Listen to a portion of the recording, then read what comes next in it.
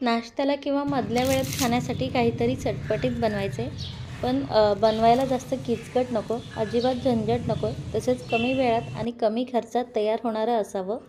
तर मग हा व्हिडिओ नक्की बघा, कारण हा नाश्ता आपण फक्त 1 कप रव्यापासून बनवणार आहोत. हा किती क्रिस्पी झाला आहे तुम्ही पाहू शकाल आणि याची चव एकदम चटपटीत आहे आणि बनवायलाही खूप सोपं आहे बरं.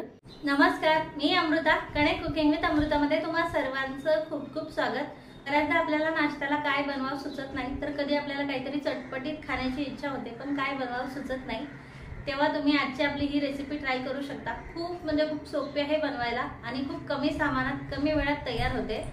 फक्त 1 कप रव्यापासून आज आपण ही चटपटीत रेसिपी बघणार आहोत. तर लगेच रेसिपीला सुरुवात करूया. तर हा नाश्ता बनवण्यासाठी आपल्याला 1 कप बारीक रवा घ्यायचा आहे. रवा जर जाड असेल तर तो मिक्सरला फिरून थोडासा बारीक करून घ्यायचा आहे. त्यानंतर एक कढई गॅसवरती ठेवायची आहे आणि त्यात आता याच कपाने 1.5 कप पाणी घालायचं आहे. पाणी थोडंसं गरम झालं की आपल्याला यात 1 चमचा तेल घालायचं आहे आणि चवीनुसार थोडंसं मीठ घालायचं आहे. छोट्या चमच्याने अर्धा चमचा जिरे घालायचं आहे आणि आता गॅसची फ्लेम हाय करून या पाण्याला एक उकळी आणून घ्यायची आहे. पाण्याला अशी उकळी आली की हा रवा आपल्याला यात घालायचा आहे आणि व्यवस्थित मिक्स करून घ्यायचा आहे. आता हा घट्ट होईपर्यंत आपल्याला शिजवून घ्यायचा आहे. आता सुरुवातीला जरी हे मिश्रण थोडंसं पातळ वाटत असेल तर अजिबात घाबरायचं नाही, कारण रवा आहे. रवा खूप पाणी शोषून घेतो. आत्ताच तुम्ही पाहू शकाल मगाशीपेक्षा हे मिश्रण किती घट्ट झालेलं आहे तर, आणि हे फक्त 1 मिनिटात एवढं घट्ट झालेलं आहे. आता लगेच गॅस बंद केला आहे मी. असा गोळा तयार झाला की गॅस बंद करून यावरती झाकण ठेवून हे मिश्रण आता आपल्याला साईडला ठेवायचं आहे. आता आपण पुढची तयारी करून घेऊयात. 3 मध्यम आकाराचे उकडलेले बटाटे मी असे कुस्करून घेतलेले आहे. त्यानंतर एक कढई गॅसवरती ठेवली आहे. यात आपल्याला 1 टेबलस्पून तेल घालायचं आहे. त्यात अर्धा चमचा जिरे घालायचे आहे. जिरे तेलात व्यवस्थित तळून घ्यायचे आहे आणि त्यानंतर त्यात 2 चमचे मिरची आणि लसणाचा ठेचा घालायचा आहे. 10 ते 12 कढीपत्त्याची पानं चिरून घालायची आहे आणि थोडीशी कोथिंबीर घालायची आहे. तसेच आपल्याला अर्धा चमचा हळद घालायची आहे आणि हे सगळं व्यवस्थित तळून घ्यायचं आहे तेलात. हे सर्व साहित्य तेलात व्यवस्थित मिक्स करून झालं की लगेच गॅस बंद करायचा आहे आणि हा ठेचा आपल्याला कुस्करून घेतलेल्या बटाट्यांवरती घालायचा आहे. यात चवीनुसार थोडंसं मीठ घालायचं आहे. परत थोडीशी कोथिंबीर घालायची आहे आणि ह्या सर्व जिन्नस आता व्यवस्थित मिक्स करून घ्यायचे आहे. हे सारण एवढं चटपटीत तयार होतं ना, थोडं जर टेस्ट करायला गेलं की खातच राहावं असं वाटतं. खरंच खूपच छान होतं हे आणि यामुळे आपला नाश्ताही खूप छान चटपटीत तयार होतो.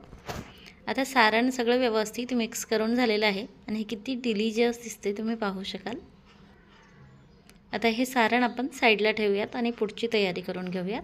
सारण बनवून घेईपर्यंत आपला रवा आता छान मुरलेला आहे आणि थोडासा थंड झाला आहे मगाशीपेक्षा, पण अजूनही हा खूप गरम आहे. हा मी ताटात काढून घेतला आहे आणि एका सपाट बुडाच्या ग्लासच्या मदतीने मी असा रगडवून घेते, म्हणजे हा छान मऊ होईल, तसेच थोडासा थंडही होईल आणि हाताने मग मळता येईल. तसेच तुम्ही हे एखाद्या पॉलिथिन बॅगमध्ये घालून देखील मळून घेऊ शकता, त्यामुळे हाताला चटकेही बसत नाही आणि खूप छान लवकर सॉफ्ट होतं आहे.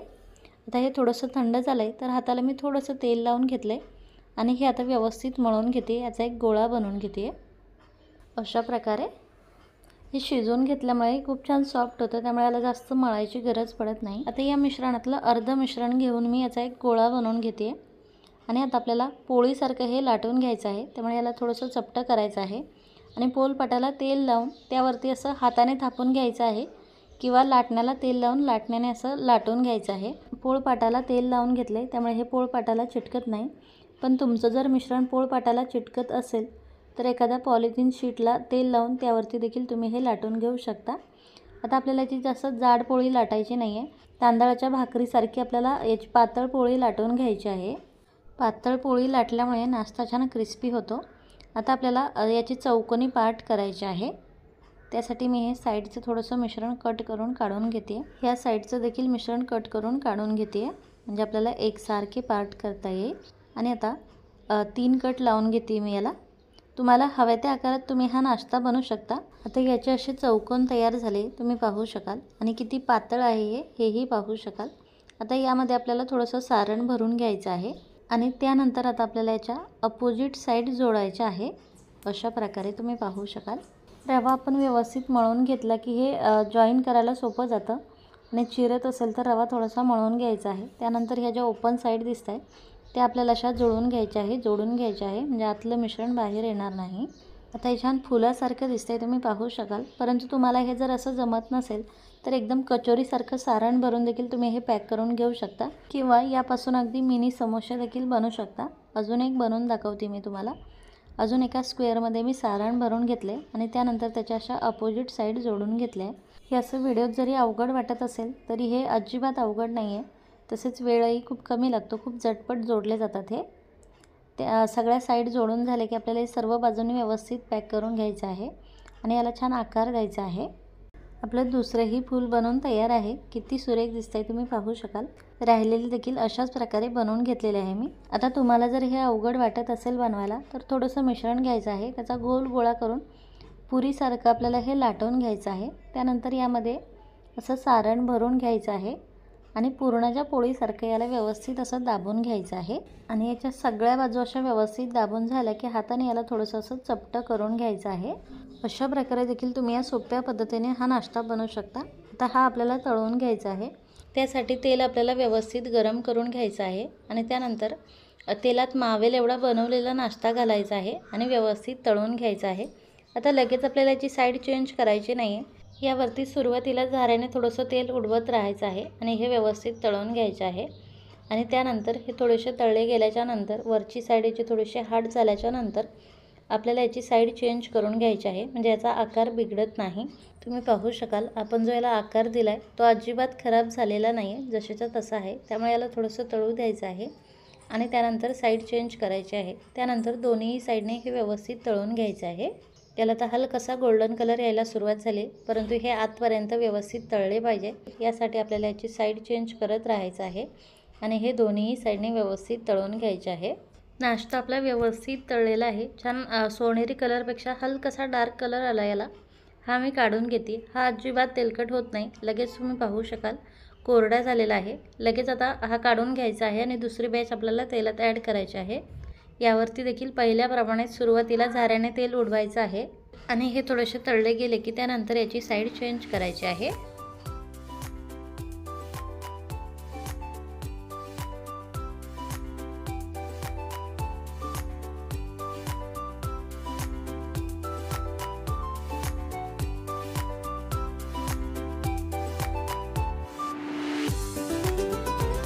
आता दुसरी बॅच देखील आपली व्यवस्थित तळलेली आहे। किती सुरेख कलर आला याला तुम्ही पाहू शकाल। ही देखील मी काढून घेते आणि आता राहिलेला नाश्ता देखील आपल्याला अशाच प्रकारे तळून घ्यायचा आहे।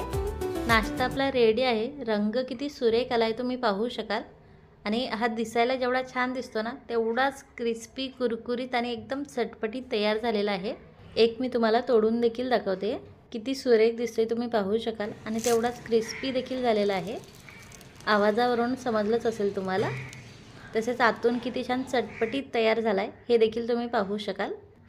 हा तर तुम्ही टोमॅटो सॉससोबत खाऊ शकता किंवा शेजवान चटणीसोबत देखील खाऊ शकता किंवा दुसऱ्या कुठल्याही आंबट गोड चटणीसोबत खाऊ शकता। अप्रतिम लागतो। तर अशा प्रकारे तुम्ही हा चटपटीत नाश्ता खूप कमी वेळात आणि कमी साहित्यात बनवू शकता। मला खात्री आहे तुम्हाला खूप आवडेल। तर नक्की बनवा आणि कशी वाटली ही रेसिपी हे कमेंट करून नक्की सांगा। रेसिपी जर आवडली असेल तर प्लीज रेसिपीला लाईक आणि शेअर करा। Bye bye.